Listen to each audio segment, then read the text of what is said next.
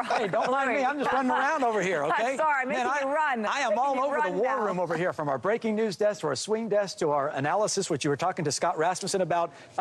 Robert Bluey here. But let's talk about specifically swing states. What is it that you're seeing? What are you thinking at this point? Swing states are clearly trending in Trump's direction.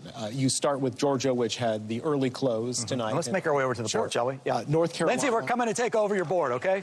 All right, thank you. Take over. After I make you run. So, Chris, we're starting to see significant numbers of votes being counted. You said Georgia. Let's start with Georgia. So Georgia right now, it's got the highlighted in red because it's leaning that way. Again, we're not ready to call it. 83% of the precincts reporting.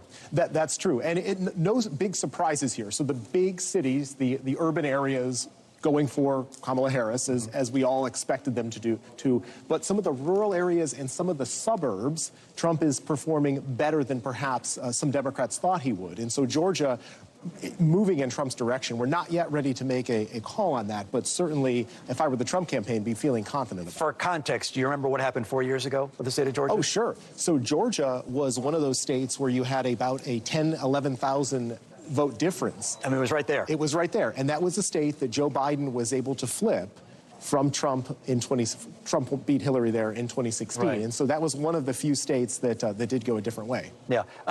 We're going to get back to this in a second, but first we want to get to Lisa Benetan. She's in our nation's capital this evening, and you're following a congressional race that flipped, but also other key state races. Lisa, what can you tell us tonight?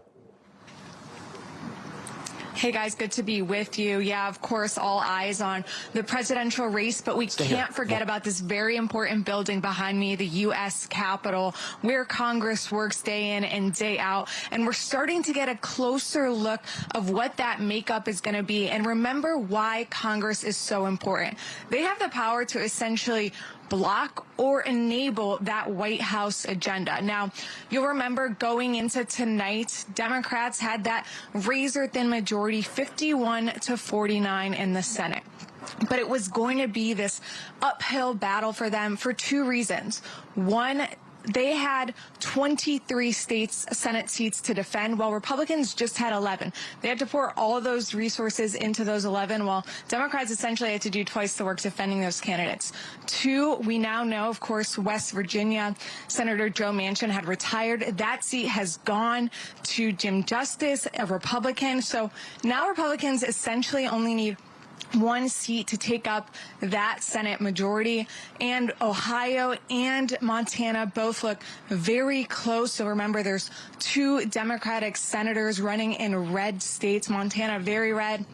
And where Ohio Senator Sherrod Brown is running has trended increasingly red. So those are two states we're going to want to keep our eyes on. And of course, Senator Ted Cruz, that was a long shot for Democrats. It's looking increasingly more of a long shot as the night continues and as these votes get counted. Now, turning over to the House, Republicans had a razor-thin majority, 220 to 212. Democrats need to pick up 4 seats in order to overtake that majority. The House votes are going to trickle in a little slower, and the key races here might be coming from states that we don't traditionally talk about on these presidential nights, like New York and California, where 9 close races will be taking place, and we're going to get those votes in soon here, and we'll be sure to keep you guys updated as those votes come in. Lisa Benetan, live for us in our nation's capital tonight. Thank you for that. I want to bring it back over to the board here and Robert Bluey, and just for background, we're about a minute and a half away from Texas Lieutenant Governor Dan Patrick joining Dr. Phil for an exclusive interview. We're not ready to call all these states, okay? Again, for our viewers, they may see, hold on, Donald Trump's got it 242 to Kamala Harris's 108. It's because the algorithm that populates our board has already called Georgia. Again, we haven't done that yet. The algorithm also has called North Carolina. We haven't done that yet. If this were to stay true, what does that mean? Well, it means it's probably going to come down to Pennsylvania. And so we've heard that repeatedly over the past few months.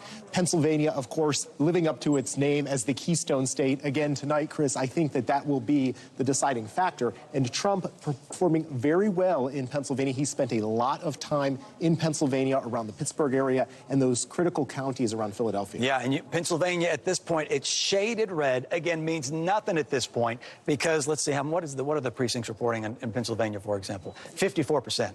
Right? And so you still have a long way to go. And if we go back to this, let me just look at the clock, 15 seconds. Wisconsin is something that I've seen go red, blue, red, back and blue. forth. It keeps going back and forth.